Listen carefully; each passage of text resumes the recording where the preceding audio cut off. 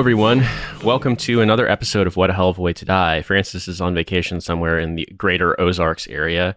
However, there's a lot to be reported on about the greater situation in Afghanistan as it relates to Britain and a certain kind of British psychosis. So today, to discuss these various topics, I have brought on Hussein Kesvani of my Trashfuture pod, as well as 10K Posts. Hussein, how are you doing this morning? I'm okay. I mean, I don't usually podcast this early in the morning, and by this early in the morning, I mean 10 a.m., a normal time for normal people. So it's very new to me. This feels like a very early morning in the day of the life of a professional podcaster. I mean, this isn't that early by media standards because, you have like morning shows that start at like 5 a.m. But yeah, I definitely do not like getting up that early for recording if I can avoid it. Yeah, I mean, for me, bear in mind that like for me, recording is and getting up early means like waking up and like walking down my very small staircase to my main room to record. But in pandemic times, it feels like it's an early morning that I'm gonna like tell my kids in the future. I'm gonna stay saying stuff like back in my day I had to like make an honest living as a podcaster. But now you dang kids are too busy on your like VR phone. I don't know what they're gonna have, but do you know what I mean? Yeah, exactly. You'd be like, yeah, it was hard work down the podcasting mines. Kids these days, all they want to do is eat their avocado squares and drink their coffee squares. Not like our time. We had to brew our coffee. We actually had to brew coffee. Remember when the coffee was hard? That's right. That is right. I appreciate you you putting a particularly British boomer spin on things, because a phenomenon emerged recently that I felt like you were the perfect person to talk about, and that is pen farthing. Yes. So here's the thing, right? You and I have spoken on this show before about what you might call the sort of a British alignment of animal rights / animal lovers and full-on right-wing extremism. Yeah. And so for American listeners, who I imagine most of whom are our fans, not as many British listeners, you got to realize there was an incident during the British evacuation of its personnel from Afghanistan in which a former Royal Marine named Paul Farthing, who's, of course, his military nickname is Pen, so like a penny farthing bike. So he's called Pen Farthing. There's a guy who ran a charity called Nowzad in Kabul to rescue stray animals. Now, an issue emerged in which he basically put crates for 100 cats and dogs on a British cargo plane that could have evacuated people, and he left behind his entire Afghan staff. Now, obviously, there is the question of getting people through checkpoints was pretty challenging, but this guy was already coordinating with the British military to get cats and dogs on a plane. This captured the British imagination, but in exactly the way you would hope it would not. And that is, to my eyes at least, it seemed as though there was a significant amount of people coming out of the woodwork saying, like, no, this is good. Like, bring home the people who did interpretation for us. Everybody else can die, but definitely don't leave the cats and dogs. Like, we don't know what's going to. Are they going to make them Sharia compliant dogs? We don't like that. And this was capped off by a caller to Leading Britain's Conversation, one of the most psychotic talk shows in this country, who basically made this exact argument that animal lives are worth the same as human lives, and that any Afghan who didn't work with British forces should not be saved if it means they can save a dog. Now, Hussein, yeah, I wanted to talk to you about this. What your thoughts are? It's one of those rare things where it's kind of like you've got a Britanology combined with a 10K post combined with the hell of a way. So this is going to be like an interesting one, because I think there's like several things going on. There's like your British tendency and like, the exploration of just like the British condition. But you've also got the fact that like, even though like you definitely saw this tendency of people kind of openly saying that, oh yeah, these dogs are like worth way more than Afghans and therefore we should rescue them more. What I found quite interesting was that this was very much like a user generated like sentiment. So even on kind of like right-wing news channels, GB News, Spectator and stuff, there were like all these, the kind of like line that that these media outlets held to was like, no, we should be like rescuing Afghan interpreters from the Taliban, right? Because they're like part of the army and part of the mission. And, even if we're like anti-immigration for the most part, like I think it would be a bit too much to kind of say that, you know, we should just leave them there to like get slaughtered. And then commenters getting really mad at them and saying, you know, and getting mad at them for like, we are preferring to kind of like have the dogs get executed than human beings. So I think it's also like a posters tendency as well. I think it's like it's an interesting insight into like both the British condition, but also like that sort of gulf between media and commentary. Yeah, so I'm gonna read the BBC coverage of this because it's very interesting to see how this was framed. So this was a piece from 29 August, so before the complete shutdown, but right after the suicide bombings at Abbey Gate at the Kabul International Airport. The founder of an animal shelter in Afghanistan said he had, quote, mixed emotions, unquote, after arriving in the UK after leaving Kabul. Paul Penfarthing landed at Heathrow Airport on Sunday morning, having previously been caught up in Thursday's Kabul airport bomb blasts. Mr. Farthing's charity Nowzad confirmed he and his animals left the country on Saturday without his staff. He said on Twitter that he had true deep feeling of sadness for Afghan today. I love the way maybe he was trying to abbreviate it, but it's just like, oh yeah, an Afghan. It just genuinely got me. Mr. Farthing, a former Royal Marine who was originally from Dovercourt in Essex, set up the Nowzad Animal Shelter in Kabul, rescuing dogs, cats, and donkeys after serving in Afghanistan in the mid-2000s. Since the collapse of the Afghan government, Mr. Farthing and his supporters have campaigned to have his staff, their families, on 140 dogs and 60 cats evacuated from the country in a plane he called Operation Ark. But Defense Secretary Ben Wallace has complained some of Mr. Farthing's supporters had, quote, taken up too much time of my senior commanders dealing with this issue when they should be focused on dealing with the humanitarian crisis, unquote. In a post on Sunday afternoon, Mr. Farthing said he had arrived at Heathrow with a partial success of Operation Ark. Mixed emotions and true deep feeling of sadness for Afghan today, he said. Mr. Farthing added that he had witnessed firsthand the compassion Heathrow is showing Afghan refugees. Dr. Ian McGill, a vet on the plane back with Mr. Farthing, which made a stop off in another country before returning to the UK, said there were also between 90 to 100 dogs and 60 to 70 cats on the flight. The animals, considering what they've been through, are in pretty good shape on the whole, Dr. McGill told the BBC. He said they had been checked and had gone to quarantine kennels, adding, as you can imagine, they're not short of homes for these animals. He added that Mr. Farthing was very concerned for his staff and for all of the people suffering in Afghanistan.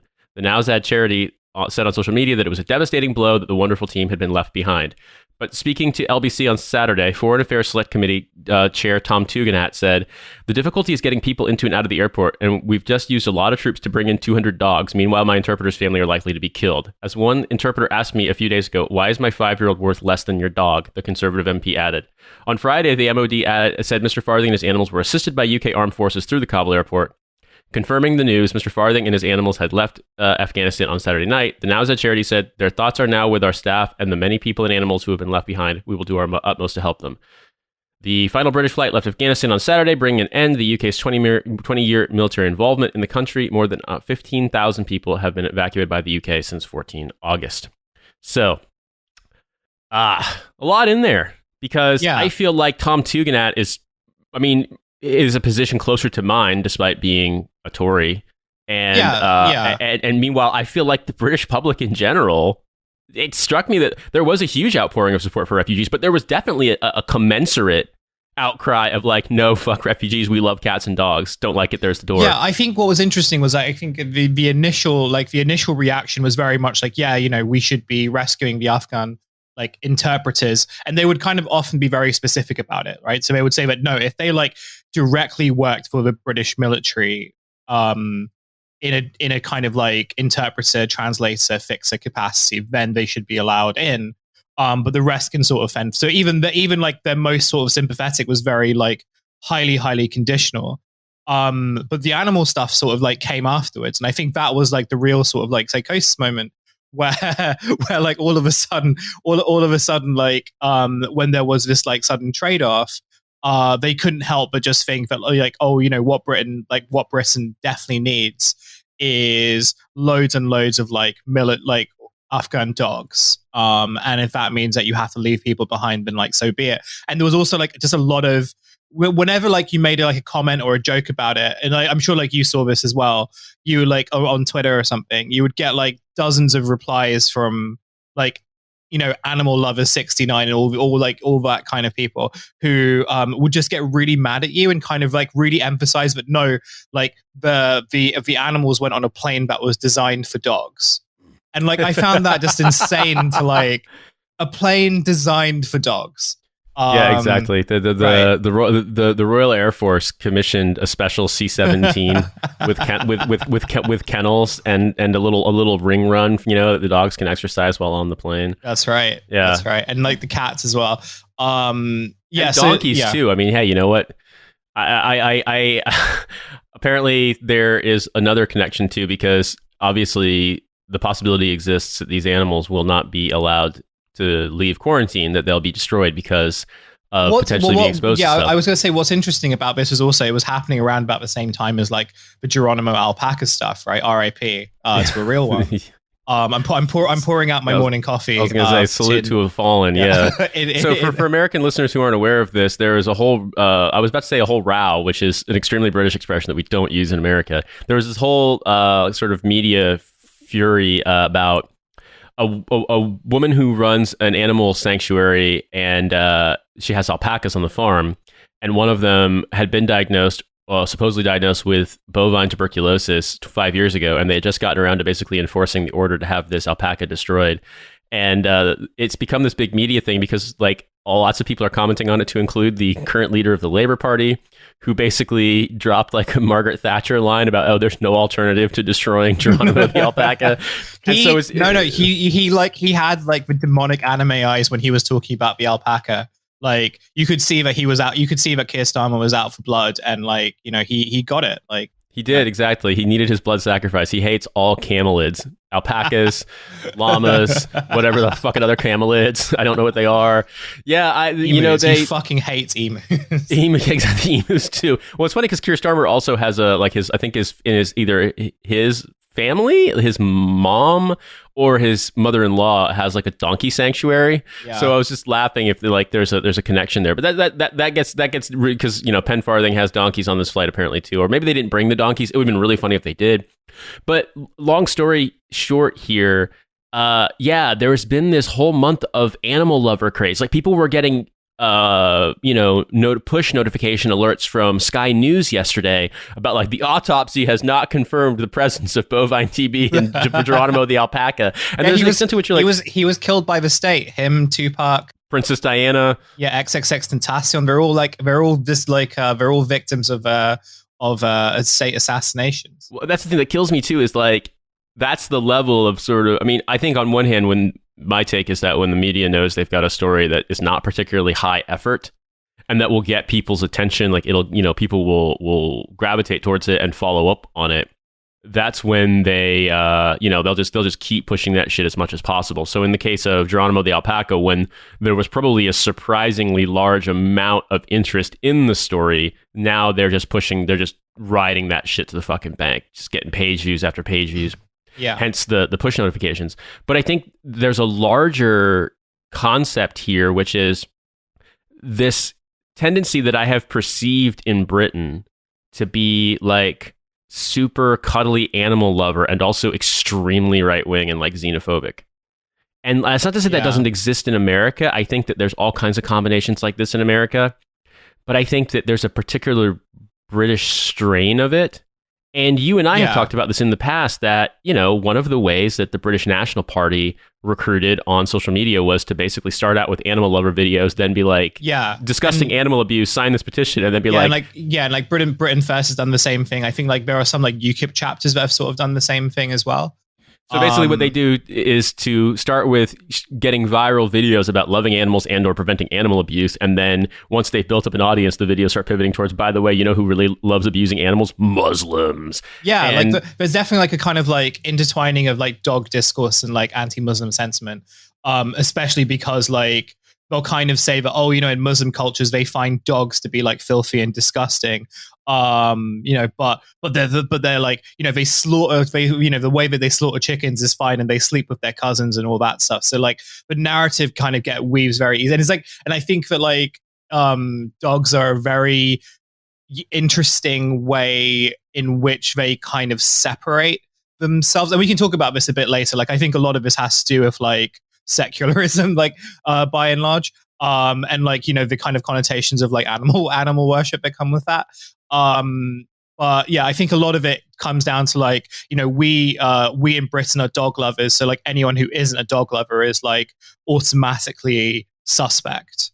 Yeah, I mean, my experience in Afghanistan was not that people don't like dogs. It's just they have a very different approach to dogs than we do Yeah. because they don't let dogs in the house. And there was a puppy that was around our compound that one of the other unit's troops wound up adopting. But we'd like play with the puppy, and one of the Afghan police guys came up to me and said, "Hey, this is a cultural thing. I just wanted to explain this to you guys, and I know you're sympathetic to this." He said, "I don't have a problem. No one has a problem with it, but you got to realize, like for us." You guys playing with that dog, like please wash your hands afterwards before you like go and deal with people, because to us that's like he's like it's like playing with a rat. It's like playing with like a squirrel or like an animal, like a feral animal to us. Like, and I realized I was like the best comparison. Obviously, this isn't the one he used, but the best comparison I said when I made it to my troops was like, effectively imagine if you were hanging out with someone and they were like petting a raccoon. And then they're like, "Oh yeah, let's shake hands and eat together and stuff like that without washing their hands." Like that was just the approach. It wasn't that they were like I must behead the dog with my scimitar. Like that's never the case. People have dogs at home. They have guard dogs. The Afghan provincial command or the provincial governor had a big, huge Kuchi dog that was like some kind of breed that the nomadic Kuchi people have bred, and it was huge. And he it lived in like a little dog house, but it got nice food and stuff, and like they walked around with it and stuff. It wasn't like it was this depraved, insane thing. It's just they don't have the same concept of like kissing your dog on the mouth, and like that's not all people in global North countries either.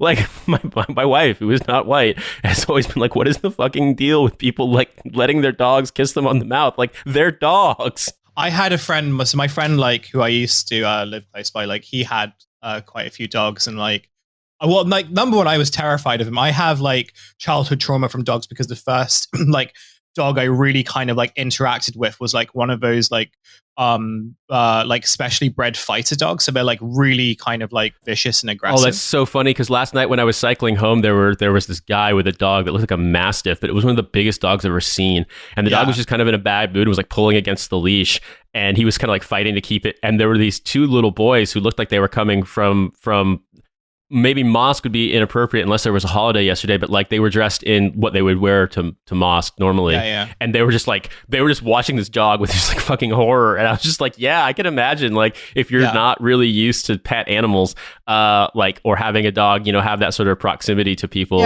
seeing the biggest dog bigger and heavier than you, and this big adult guy straining to hold it back would probably be fucking weird. I have like a similar story where like the dog that I interacted with first, like this was a dog that wasn't on like a normal chain. Like it was like on a leash. It was on a chain, right? As in like there were like metal chains that were used to like restrain him. And at this time, like we used to have like, so my parents ran a newsagent, and we used to do like paper rounds, like in just in the local area and stuff. So like sometimes me and my dad, or like me or the other worker at the shop, like we would go and like, deliver the papers. And like we came across this dog, and like this dog is like huge, and it's kind of, again, it's like being held on a chain. It's like one of those dogs that's like insanely jacked. Like you can see like you can bulging vein muscles. Yeah, exactly. That dog would kill you. That dog could kill you very, very easily, right? And and like the work at the shop was just like, let's just like go like really far around it, and like just make sure that like we don't even kind of cross any of like what it considers to be its territory. But what we didn't realize was that the chain was actually a lot longer than it like looked. So when we were going to the door, like all of a sudden this dog is like comes to us and like stands on its two legs, and like its kind of front legs are on my back, and like it's just barking, right? And I'm terrified. So I want to run, but I can't. I'm just so like, and this, you can see like how sharp this dog's teeth. And then the owner comes in, and the owner is just like laughing and say, "Oh yeah, he's just being playful. He hasn't seen anyone for a while." And the amount of kind of times I've seen this kind of interaction where you have 100%. Like a dog that isn't particularly well trained, isn't kind of like aware of boundaries, but also like the owner thinks that that's kind of completely fine. And that like, you should just be aware of like when a dog wants to, just like hang out. Like you should like be aware of like, you should be like have as intimate a relationship with their dog as they do. And the fact that like in so many cases in this country, I've seen dog owners kind of feel like that should be how like a standard approach should be. It's like, it's absurd to me. I guess like, I don't know, because you probably spend more time in parks than I do as well, right? But like, I mean, I go running in Burgess Park all the time, and I also, I cycle a lot through the parks. And stuff. Like dogs that are like unleashed, and so whenever I like go running, there's like a running route where the path is quite narrow, right? So like you really have to be quite aware of like who's coming from behind, who's coming from ahead, especially when you have like cyclists and everything. And the amount of like unleashed dogs there, and I'm kind of like, well, if this dog decides to like run up to me and like, decides to like want to play or like, to be aggressive, because often like the play that these types of dogs engage in is quite like aggressive play. Like I was going to say, I'm sorry that I'm like now just telling you all my dog traumas. It's funny as hell because like, well, no, it's good. It's really good because the thing about it is that like talking about this, you realize like if you're not from a culture that, wants to fucking, hug and kiss your dog on the lips every night and let it sleep in your bed, how deranged this kind of culture must seem. And so like when you are literally prioritizing that kind of, dog lover culture over human lives, how completely foreign and bizarre it must seem from afar. Yeah, what I was going to say was that my friend's dogs, like, so like he used to live next door to me and he had like a few, like, I don't know what any of the breeds are, so I'm sorry about that, but like he had like quite a few big dogs. And one of the things that he used to do to play with like one of the younger ones was that he would let the younger one like bite his arm and just kind of like, be kind of quite aggressive, like do like aggressive play with him and everything. But because this dog had like, not socialized with anyone else, like he was just used to this kind of play. So like the first time I kind of had to encounter this dog, it was trying to like bite me. Jeez. Because that was just the normal thing. And like my friend had to hold it back, but it was just like, oh yeah, it's just like normal. Like, he doesn't even bite that hard. And I'm like, are you fucking kidding me? He doesn't bite that hard.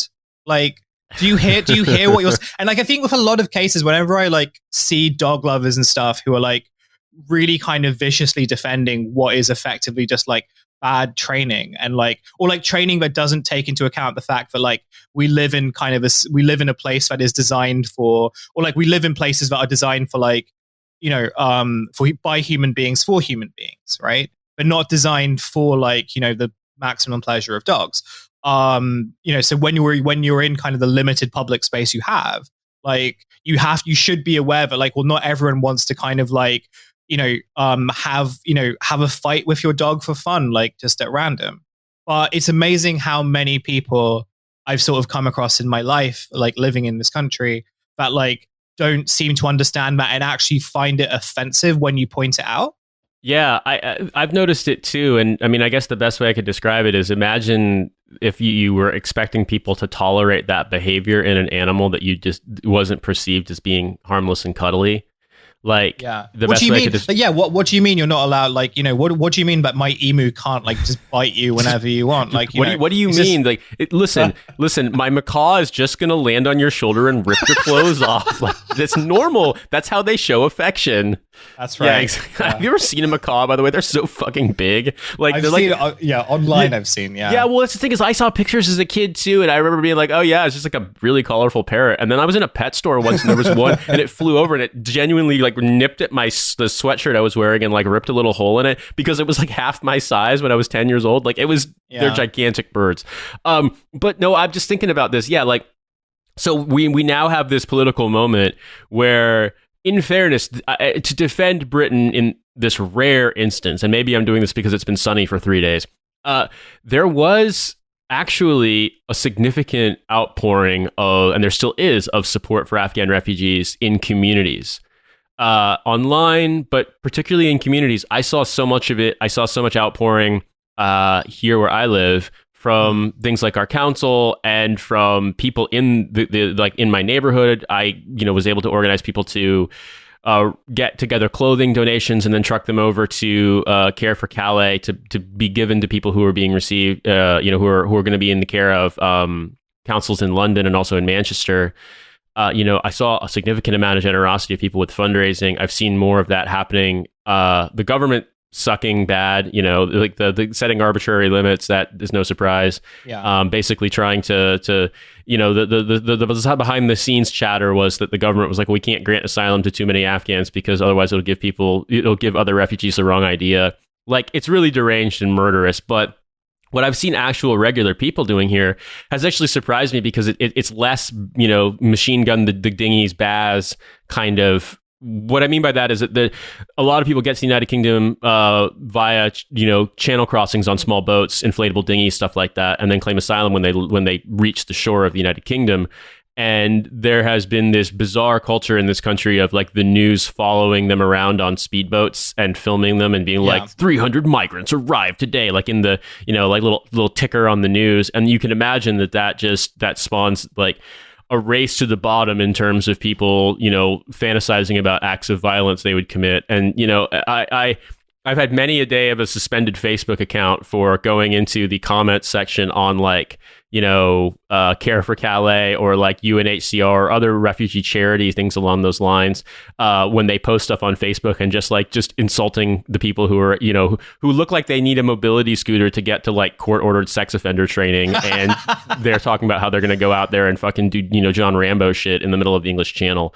But like that's a real tendency. I would say I've noticed less of that from people. There is some, but obviously the government is still, I think it's interesting because like of the framing of it, which is very much, well, if they're running from the Taliban, then you can't really accuse them of being like Islamist. Like, I think like, you have like your Nigel Farages and stuff that have tried to insinuate that might be the case. Like, so his thing is very much like, oh, the Taliban are probably sending like some of their fighters with like, the refugees. So like, that's why we need to kind of like, let no one in and close the border and stuff like basically that's what his argument is. But I think for the most part, it's really difficult to frame like this as being like an Islamic invasion when they're like literally running from the Taliban. And I think at the same time, there's also this broader kind of like, again, like this broader form of psychosis where people are trying to process what it means to kind of like be defeated in, this kind of like 2-decade-long war, right? Like, and I think like for British people in particular who always kind of like set themselves against the Americans as being like, sophisticated gentleman officers who like were kind of like fulfilling more of a peacekeeper role than like the arrogant Americans. Like it's become a lot more difficult for them to actually figure out, well, like, what happened? Did we like what does this mean more about like the UK as like a military power, or kind of like, what does that mean as like the UK as like a, not even as in like internationally standing country? I think there are these broader questions about like what is the point of the UK now, which like, I don't know, I've been asking myself that for a very long time, but for broadly different reasons. Yeah, I mean, it's funny to me because I would say that from your sort of Tony Blair axis of Labour and, internationalist Tories, the rhetoric in, British politics has been even bloodthirstier and more pro-war and pro-occupation than even American news media.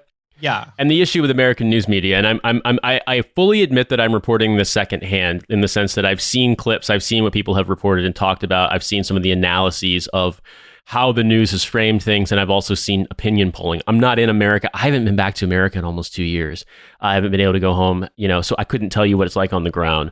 But what I do know is watching this stuff happen, it seems like the polling in America has indicated that the overwhelming majority of people wanted us out of Afghanistan. And even if they don't think that this was done well, they still don't think that the correct answer was to stay in Afghanistan indefinitely. And I broadly hold to that position too. I've been saying that since I was there.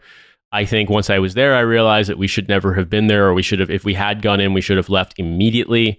And so I wasn't surprised that the average American seems to not want us to stay in Afghanistan. I was a little surprised at how vehemently pro-war and pro-occupation all U.S. news media was, to include like the notionally liberal, center-right liberal stuff like MSNBC.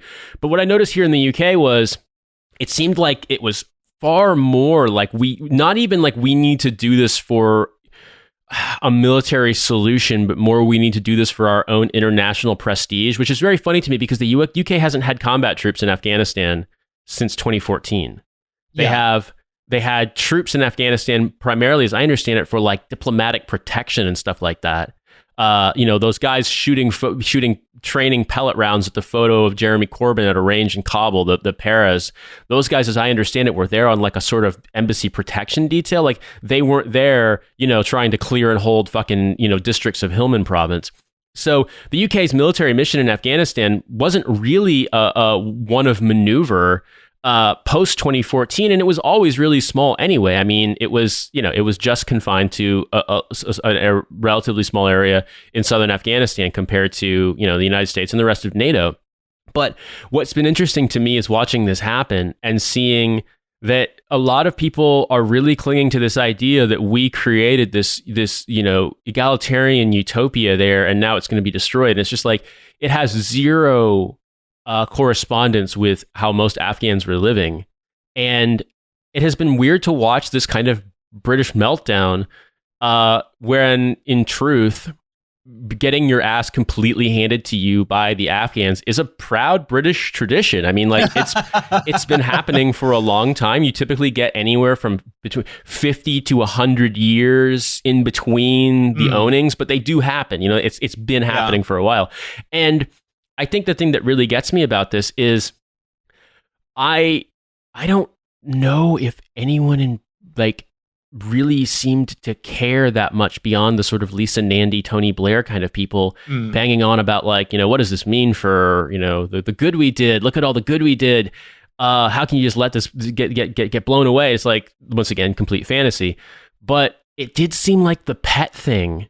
Like, I don't know. I don't want to draw an arbitrary binary here, but it seemed like you were either like, oh, fuck, man, get refugees help, like let refugees in, or fuck it, save the cats and dogs. Like that seemed to be the two big reactions that I saw from British people. I was really positively surprised by the reaction of people being like so, vociferously pro-refugee, because it's the first time since I've lived in this country, or even since I've been paying attention to this country's politics, that it felt like people were actually like vocally pro-refugee, like in a big group. You know what I mean? I remember it was sort of similar when the refugee crisis was happening in 2015 at the beginning. When the Ilan Kurdi image was going around, there was definitely like a much broad, that was the last time I remember a sentiment being like this, but it was very short-lived, right?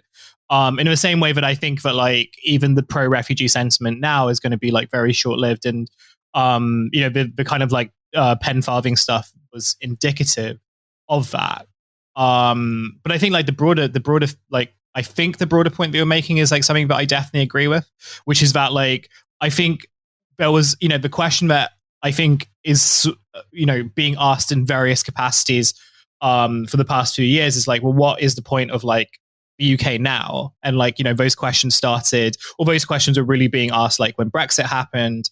It has sort of amplified in the wake of, coronavirus, and this kind of revelation, I think, among many people that, this entire economy that this country functions on is not only in massively corrupt and dysfunctional, but a lot of it is just fake.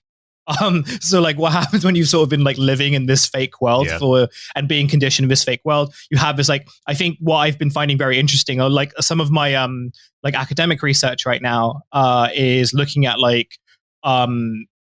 post-right, and what happens when former MAGA people lose faith in the state, or realize that the kind of right-wing promise of the of this kind of free market state is no longer viable. And what I've been finding very interesting in the UK is how you've got a big portion of the right who are sort of waking up to the realities of the world that they kind of created, which is one where if you aren't really, really rich, then the government doesn't give a shit about you. And if you're a young person, it doesn't matter how much you simp for the Tories, you're still not going to be able to kind of own your own property and all that stuff, right? So I think they're sort of waking up to this, to this this political consequences of this realization that so much of the world is inaccessible to them. And I think the ending, this kind of supposed ending of the war, the war in Afghanistan, and this realization that not only did you lose, but you got your asses handed to you by the people that you were trying to kind of defeat. And crucially, I think Taliban shit posting accounts are very very on the nose about this. Like, that guy Malang, for example, who we talk about every so often. Malang Hoste, who is... Yeah, who refuses to post my memes. He keeps saying that he will and he won't, and I'm really annoyed about that. But he posts stuff all the time, which is just like, great imperial nation gets defeated by like mountain boys with Soviet rifles, like in Wojak memes and stuff. And it's like such an absurd image to look at, but it's kind of like, yeah, Malang, you're right. Like, I also found it really funny because some of the American right wing online losers like the Boogaloo Boys, etc., were trying to sort of glom on to the Taliban as they're like, oh, we're ideologically aligned. And Malang posted once again one of those like profile picture yes, no, tough guy with a beard memes, where it was like the Boogaloo Boys just with like being crying Wojak guys with all of their Hawaiian shirts and guns, and then the Taliban guy being like, I'm going to stone you to death. It's just like. He has like the most beautiful posters brain I've seen in a long time. And I know we shouldn't fall into that thing of like you shouldn't hand it to the Taliban. Yeah, you can't hand it to the Taliban, but like, but in the case of Malang, like I kind of maybe have to make an exception. I think that he's just he's like a very good and beautiful poster, and like someone who like clearly is just enjoying being online in a way that very few of us are. I know, it's been very strange because I couldn't disagree more strongly with what Malang believes in, and I obviously don't want to engage because like. I don't want to get in over my head, and also there's a lot of weird fascists that kind of, follow along, kind of laughing at his stuff. But what I will say is that, I mean, there's a part of me, because I do speak Pashto to some degree, that I want to be like, just start fucking talking to Malang in Pashto and be like, hey, Mujahid Sahib, are you like, I'm an American veteran who wants to come over to Afghanistan, and I want to promote tourism in desertified areas. Like, are you? A lot of Americans want to come to Afghanistan and bring money and ride dirt bikes. Are you willing to help me, brother, and stuff like that? And see, but I don't, because I mean, I guess in a sense it's like, here's where there's kind of like a weird bifurcation, which is that my Afghan friends are fucking terrified, and they're terrified of these people. So it's like, it's easy for us, and I'm not scolding you. I mean, I'm guilty of it too, that there's times that, I mean, I've sent you Malang memes before and just been like, what the fuck is this guy's power? How is this happening? But yeah, like, it's easy for us to laugh, but this guy is just sort of, he's kind of like, he's not even black-pilled, but he's posting in like the black-pilled affect. Yeah. But what he represents is terrifying. And there's so much uncertainty, and there's been things like, there have been reports of a female policewoman in Afghan policewoman being murdered by the Taliban. I've seen photos of Afghan journalists who have been beaten severely by the Taliban for covering stuff like women's rights protests.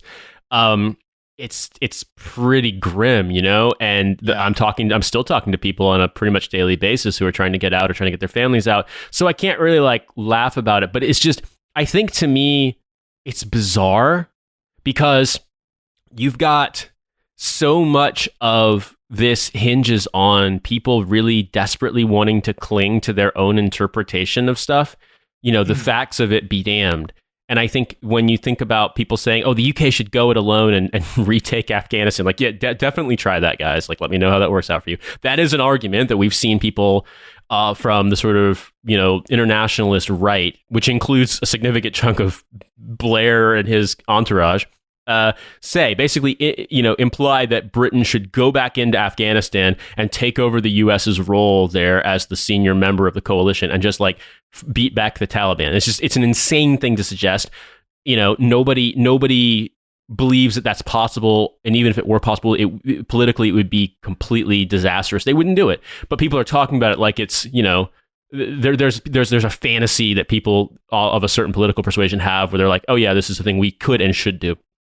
And similarly, there's there are right-wing people. We've seen it. We've talked about it on Trashfuture. Right-wing sort of media hangers-on being like, see, the Taliban took over because the West is too woke and has too many genders, which has zero bearing on any, like, it's the stupidest thing I've ever heard, but they're making it into their thing. That's their fantasy. And then I think, not trying to sound too international politics scold, but there is obviously a tendency of some people to be like, well, see, these guys post memes, how bad can they actually be? And it's like, well, one of them posts memes and a lot of them post, but like, that doesn't mean they're not assholes. And it's just I think it's such a strange situation when you think about how Afghanistan was represented in the 90s under the first rule of the Taliban to now, because in, 96 to 01, like they were, famously they would drive around in cars that had ripped out ribbons of music cassette tapes tied to the antennas. Because like they banned music, you couldn't listen to music. Right. Like it was prohibited to have a cassette player or cassettes play music, that kind of thing. I don't even think they let people do nasheeds. I'm not sure, but I'm pretty sure they didn't. Whereas now, like you're seeing them doing memes and posting. And when I was there, they were doing songs. Like they would have pirate radio stations playing Taliban songs and stuff like that. Like they would get on radios knowing that people were monitoring their like walkie-talkies, and they would just play Taliban music and stuff like that. In fact, one time they were doing this and were bullshitting, and we caught an intercept of them yelling, one of their commanders yelling at them to stop hot micing. It was very, very funny. Like it basically, the transcript was like, "Hey, how are you? How are your fighters? Good. How are you? How are your fighters?" This 27 seconds of intermittent chatter and Taliban music playing, and then the next transmission, "Stop keying the mic, motherfucker!" And it's just like, oh, they're just like us. Yeah. So, but it's been very surreal to watch this happen and to see how I don't want to steal your poster's brain thesis, but like how so much of this is being interpreted by people basically being like, how does this fit into my worldview that I think explains everything? That's really what I was going to say was that like I think what's been very interesting about all the feedback and even like the kind of temporary pro-refugee stuff comes out of this like very self-centered way of trying to process the trauma of like the past 20 years, right? Because, I think like reckoning with the idea that like not only like is any kind of like fantasy of being like a benevolent post-imperial power just like completely out of the window, but like crucially, very few people actually believed it in the first place. And this kind of like opens up this like broader question of like, well, what are we supposed to be for? And like when you've had like a Brexit campaign and then like the post-Brexit, like this was actually a good idea, please trust us, narrative that like government ministers have been and like supporters have been trying to kind of perpetuate. Their thing is very much like, oh, even though we're not an imperial power anymore, like we still have so much respect around the world, and like we do so much good humanitarian work, and we do so much kind of like we're still kind of like benevolent state builders, and all that type of stuff, right? Like please none of don't notice when we leave behind our international staff in Kabul so we can rescue 200 dogs and cats. Right. But like when it comes down to it, like, and the Afghanistan stuff is really just like the most crude example of it. It's like, well, actually, like, no, this is, you are like, we aren't that, and people don't think we're that. And like, we're, for all the kind of like pretense and kind of like showing off about how, powerful as like a military in force we are, and like, that people should believe in that as part of like the broader like British independence project. Like the reality is actually that wasn't the case. And I think for a lot of people who like, even if they weren't kind of even if they supported like troops leaving, and even if like they still kind of believed that it was the right thing like to leave, and to leave sooner rather than later, that was like a hard thing to reckon with, because it was a really crude example of like how all those fantasies that like they were trying to kind of weave up over the years were just that, they were just fantasies. And the thing about like posters, like so much about posters brain is really just like main character disease as well, right? It's kind of like, what does this like mean for me? How can I like interpret what's happening in the context of like my particular anxieties and insecurities? And I think that's also like, to go back to like the animal stuff, like I think that's where the kind of obsessions with animals come from. I was thinking about this a little bit because like there's this broader question of like, it's not necessarily just about animals and like British love of animals, right? Like I think that's undeniable. I think like the interaction of like supposedly suffering, or like the idea of suffering animals on social media is an interesting one to be looking at. And I was remembering like when I used to work at BuzzFeed, and like and obviously BuzzFeed was like very famous for like the cat reaction GIFs and stuff. But at BuzzFeed UK, like they were trying to kind of like build a British version of the cat GIF. So for them, it was like, oh, why don't we do like dog GIFs instead? Because British people love dogs. And like there was this really bizarre and peculiar obsession with like dogs and calling them doggos and all that. You know all that stuff, right? Like all the kind of cringy, all that kind of cringy stuff.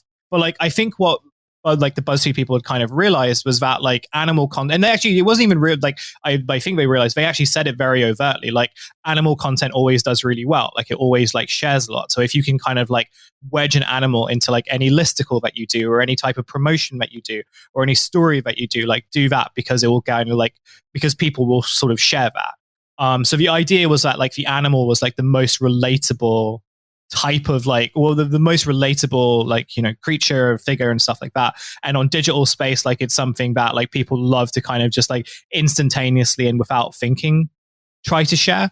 And I've been thinking, and I coming into this, like coming into this pod, like I was just thinking about, you know, whether that tendency like still exists and in what form. And I wonder whether like the whole animal suffering thing, like that works really well online, because there's this sort of like participatory impulse to it. It's this idea that like, oh look, you know, you have this like entirely like helpless and crucially selfless creature, one without like any type of, and I wonder about your thoughts about this too, whether they see animals as like as a creature without any sort of like moral complications, and therefore like the impulse to rescue them and like the desire to kind of rescue them isn't necessarily because they prefer animals over humans, but to them it's like a much easier choice to make.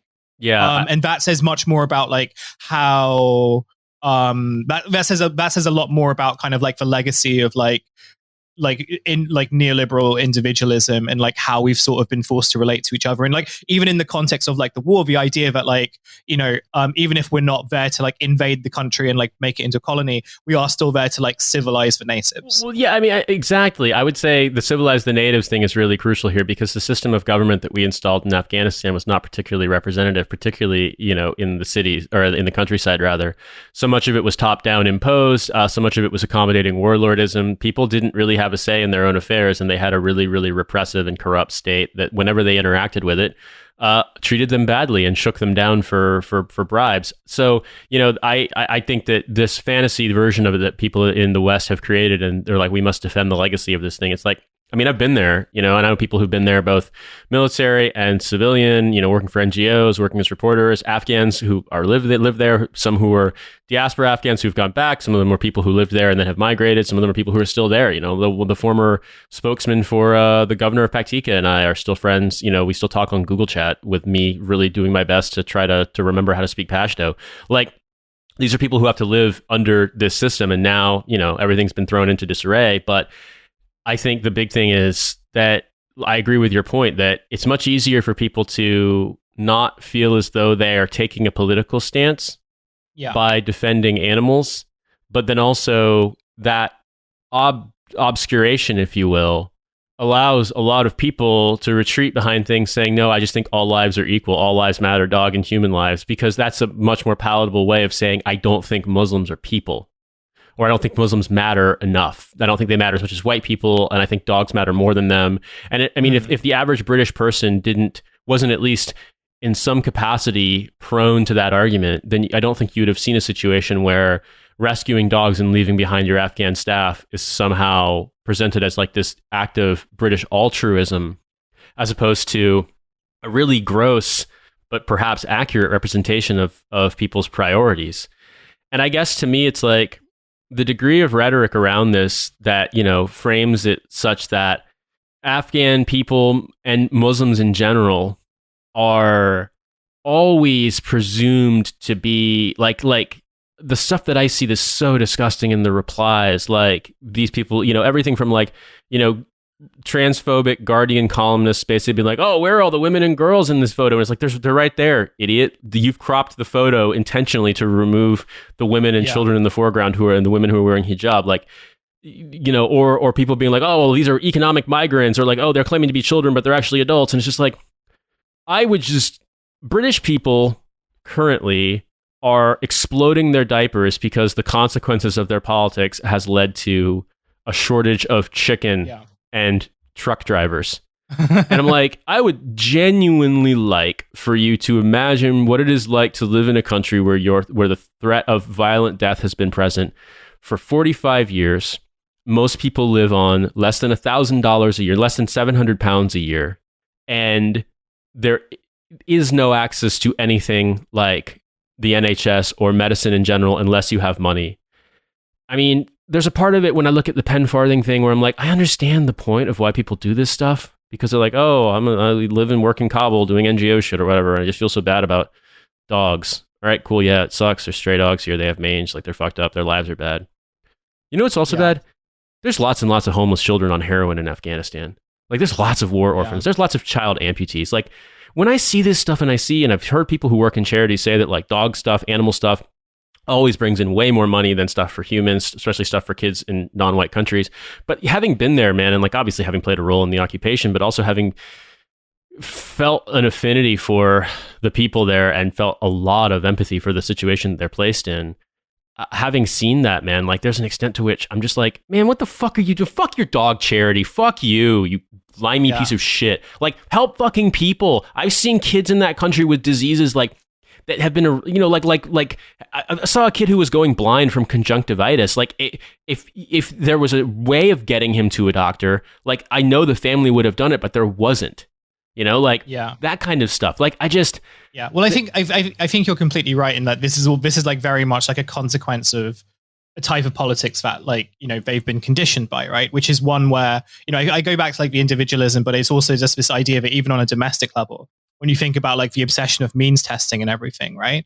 Like this idea that like fundamentally compassion is a conditional, or like compassion and empathy, like is is a conditional act, right? So it's one where, like, you know, if you want the basic minimum kind of care, you have to like perform in a certain way and act a certain way, and like in some cases look a certain way.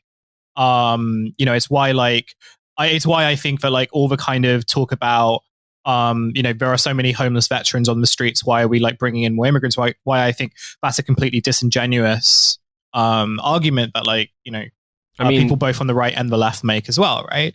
You know, it comes from this place that like humans, by like, to, you know, the idea of helping humans, or like for human beings that don't look like you, is an entirely like conditional act, but that isn't applied to animals, because again, like we see this thing where like animals are framed as like, you know, dependent on human beings, and like, you know, without any type of sin, or without any type of like, it's really weird to talk about this now, but it's like almost like, it's just like this bizarre like kind of thought experiment in some ways. It's like, but I think that's how so many like the kind of like over compassion and over concern with like, and not even just like animals, but particular kinds of animals. You know, that these are kind of creatures that are only capable of love.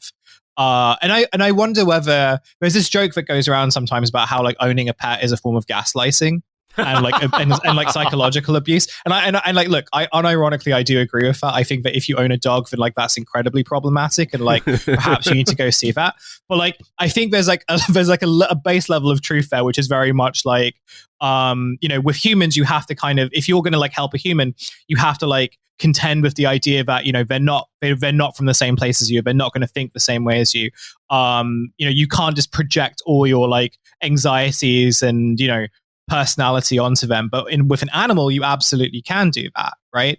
So in a lot of ways, it's like I can see why, you know, for some people, like the kind of case of helping an animal is a lot clearer, in the sense that when you look at it primarily from an individualistic, you know, what kind of effect will like any help I do have, you're much more likely to be able to influence an animal and shape an animal in like a way that happens to look like you, than with like another human that like has their own like histories and traumas, and crucially, like in this case, traumas that were caused by the people who are now like being asked to like lend a little bit of help. Right? Yeah, I was thinking about this too, that framing. They're like, oh, we have homeless veterans. It's like, yeah, because they've, you know, mercilessly cut the state for the last 11 years. Like, that's the consequence of it. Like, that homeless veterans isn't a naturally occurring thing, you know, if the state hasn't decided to abdicate its role in the way people live their lives. Similarly, we're like, oh, we're full, we have migrants already. It's like, I don't know, man. The UK made a special visa for Hong Kong nationals to come over, where they only have to pay £250 for a 5-year visa, when it's about 10 times as much for people not from Hong Kong. And they estimate something like 350,000 people are going to emigrate on that visa in the next 5 years. So far, they've had 34,000 in the last year. And you know what? I don't give a shit. Like, if people want to get out of Hong Kong, like, I'm glad they have the ability to. But at the same time, that shows you when British people, when the Tories, when the British right think that it's to their political economic advantage, they perceive Hong Kongers as, you know, having money and will vote Tory. Like they immediately jump to it to let as many people in as possible. Like I'm not trying to shame people who are making that decision to come over here because the British government has made it easy. I mean, quite frankly, I think if the Canadian government made it, you know, created a special thing for for Americans, you know, under a certain age, a lot of Americans would probably emigrate to Canada. Similarly, Australia, maybe even here. I don't know. I mean, this country's kind of insane, but they might. I mean, quite frankly, the lure of not having to worry about healthcare might actually bring a lot of Americans if they made it easy. So, like, Yeah. I understand that, but at the same time, like it's very frustrating because you realize that these things are always used as counterpoints to say why we shouldn't care. All these watertight reasons why we shouldn't care about, you know, refugees that we created, and, you know, asylum seekers and people fleeing violence and trauma that we created, because we're like, oh, these other bad things are happening. Also, we created these other bad things, and they're not givens in natural life. Like we could fix them if we wanted to, but we won't. And Yeah. And I guess the last point I'd make with the animal lover thing is that, like, you know, I don't know in dogs because I've never been able to. I've moved so much. There's no way. I love dogs. I love cats. Like my wife's allergic to cats. Dogs, you know, they're great, but I just don't have the ability, and I don't own a place, so it would be difficult for me to have a dog. And, you know, when I was a kid, my parents had a standard poodle who, this is gross as hell, but a standard poodle that liked eating its own shit and then vomiting it in the house. And so, like, I had to clean this up a lot. I come home from school and I was like, yep, there's poop vomit in the house. So, you know, just slap on my fucking rubber gloves and get paper towels and, like, you know, some kind of cleaning spray, you know, the sort of American equivalent of like Sillet Bang, and come just spraying and cleaning up. You know, I was like 14, 15 years old. So to me, when people are like, oh, it'd be so cute to have a dog, like, I just recall poop vomit, and I'm like, yeah, I don't really, like, I'm not necessarily, hotly anticipating doing that again. So I just, you know, and I don't know if I'm going to stay in this country forever, so I haven't got a dog. Like, to me, it's more realistic to, when you talk about animals, like, to not create this fantasy version, like you said, of sort of, beings without sin, whose lives are somehow purer than human lives and thus are more deserving of protection than human lives. That really weirds me out. And the thing that I'll leave before I get last comments from you is, to me, when I think of pets and I think of animals, and that kind of that weird, fetishization and sort of elevation of pets, I'm reminded of a post from an account that I periodically check. The best way I could describe it is, it's an account for horse haters on Instagram. It's called Horse Being Horse, and it's basically like an account by someone who despises horses. Oh my god! And this is a reminder checklist for a horse's schedule, and the items on the schedule are: kick a child to death, eat grass, shit on the floor, eat a baby chick, break my leg and scream for 12 hours, shit on the floor, plot the destruction of the human race, have sex with another horse who is not 18 yet. That, to me, I feel like would ring truer with people who have dealt with horses than people who idealize horses. And similarly with animals, it's just like, you know, I think it's insane. And I love dogs. I love cats. I love pretty much all animals. I try to be nice to all animals. I try to be nice to even if I'm mean online, I'll always be nice to all animals and all children. But I would machine gun every pet in Britain if I could save one Afghan. Like obviously same. And I'm excited for this particular section of the podcast to be edited by some goon at Guido Fawkes. Yeah. Yeah, you're right. And, like, I don't know. I keep going back to this thing where it's like, I don't think it was it was framed, and, like, when I was, like, just doing a little bit of prep for this episode, I was reading some stuff, funnily enough, on The Spectator, 2 pieces that were kind of, like, trying to look at why British people love animals so much, and why they prefer to save animals and human beings. And, like, what was very interesting was that they kind of skirted round, like, the points that, like, actually this is also a media thing too, right? Like, when you have, like, a media that not only, like, demonizes people who are, like, poor immigrants, working class, but kind of, like, the underlying point is that, oh, you never really know when they'll turn on you. And I think that's kind of the narrative that I sort of got when I was thinking about it. It's like, you know, they will kind of extend a very basic degree of sympathy. And this sort of happened when the Aylan Kurdi stuff happened, where, you know, it starts off with, like, obviously these people are in a really, like, they're in, like, a place of destitution and they do need help.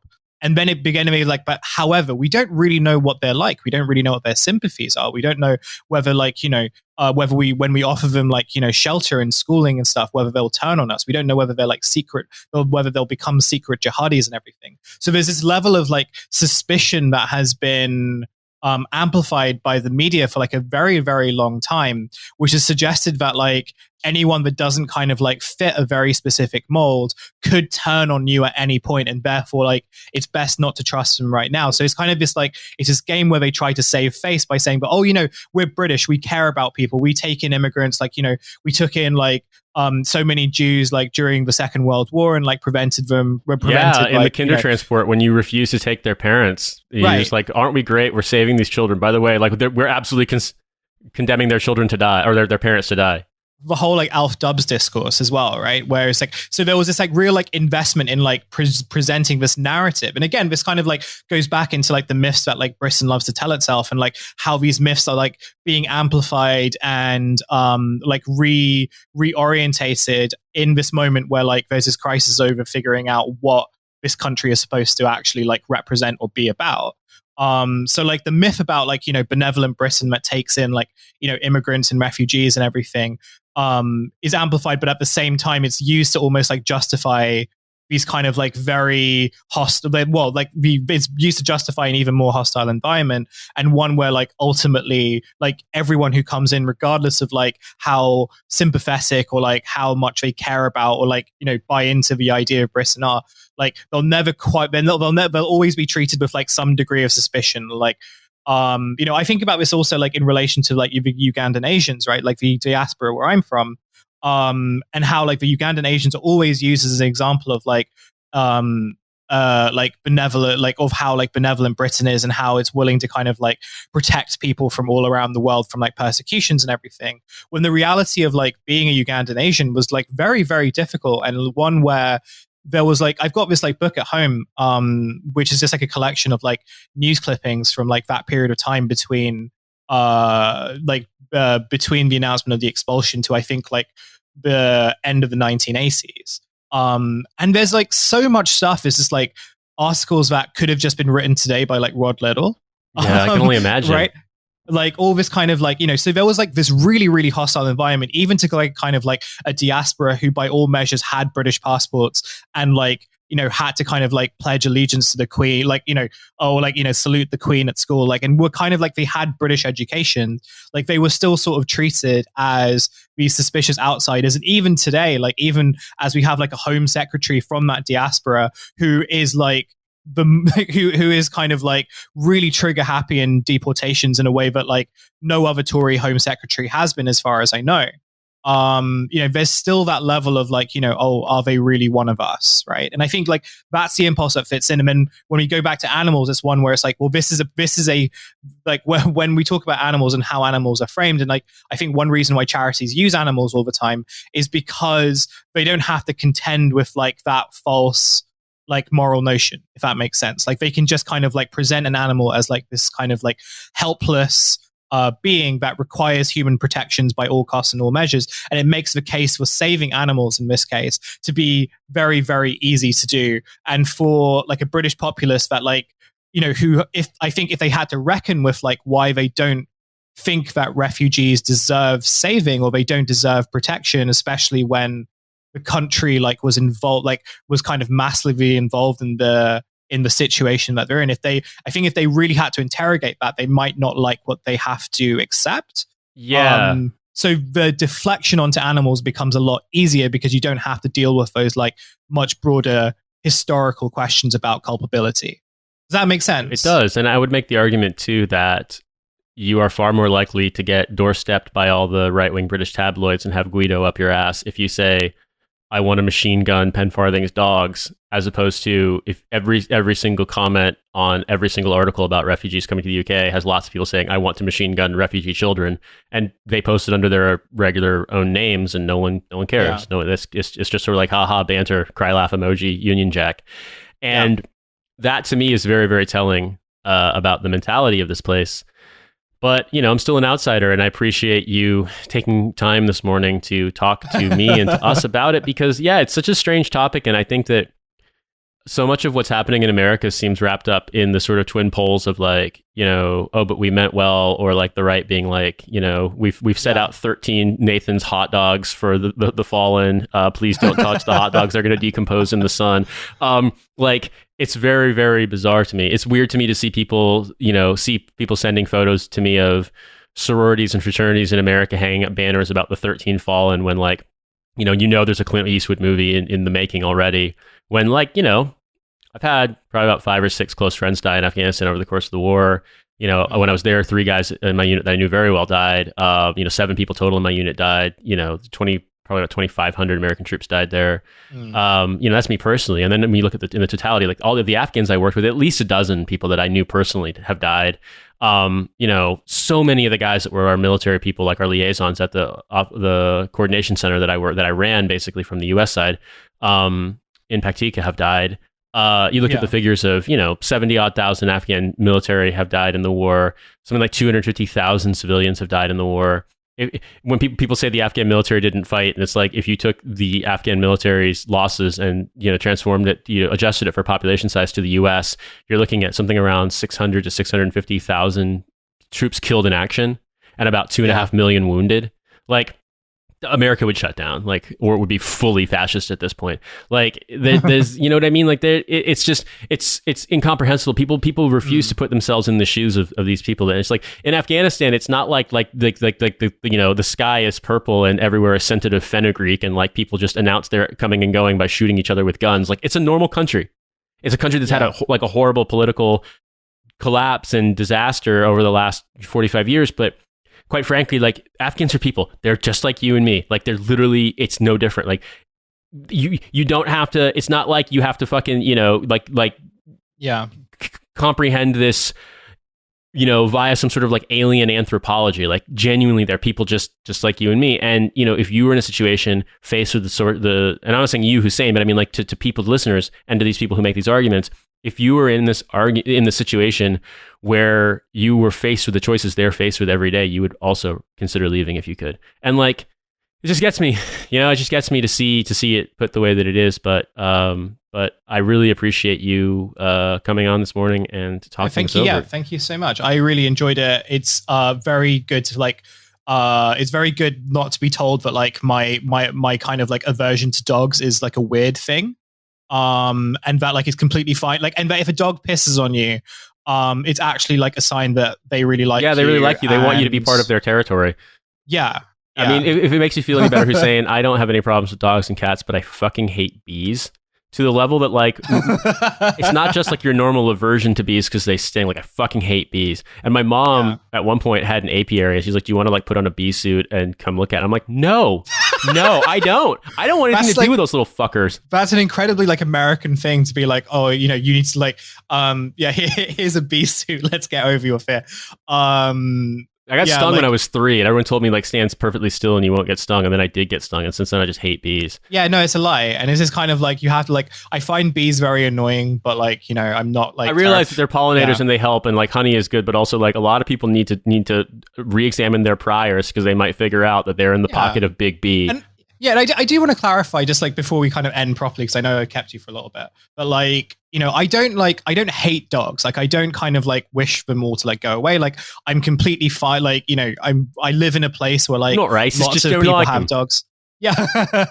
I think it's just more like the things that I tend to get more frustrated about is that like, and we've been talking about it in like, various instances throughout the episode, just about like the general, the idea that, other humans like, or your human interactions in the world don't matter. Like the thing, like everyone should kind of like accommodate your dog and like your relationship with the dog, right? So if your dog doesn't want to be on a leash, then like, people should just accept that, even if it's like in public space. And if your dog wants to like, bark at you furiously, if your dog wants to bark at someone furiously, like they should understand like intuitively that, oh, actually like it's just because he's scared or because, he's worried and all that stuff. Right.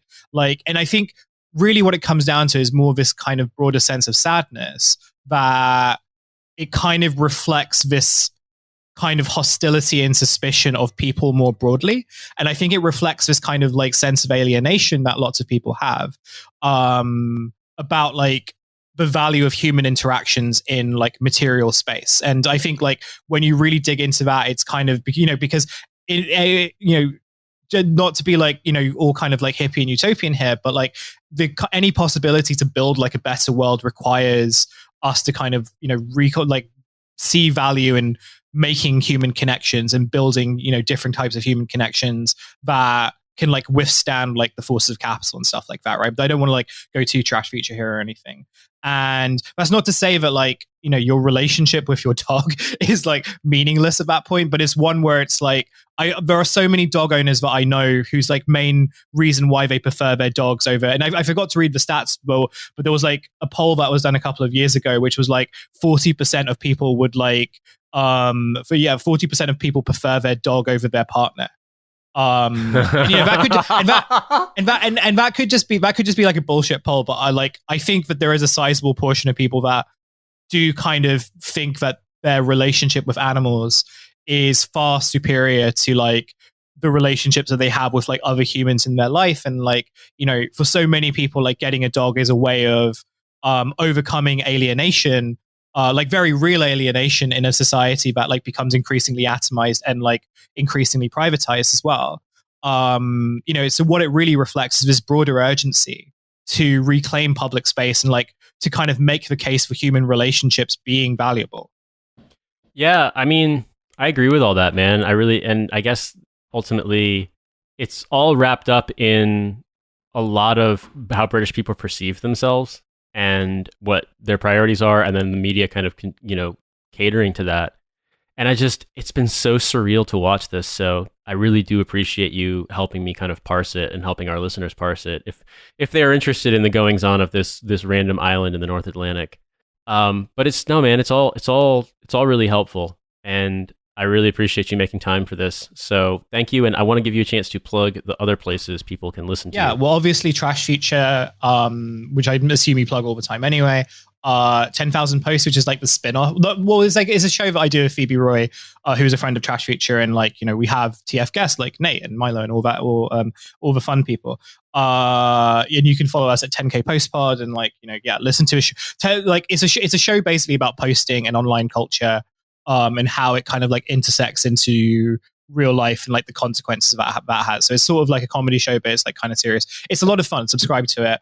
And finally, if you're based in the UK, but maybe if you're abroad as well, I do another show with Olga Koch, who's a comedian and also a friend of like the Trashfuture universe, called Human Error, and you can get that on BBC Sounds. Cool, man. Well, thank you so much again, and we will talk to you all next week.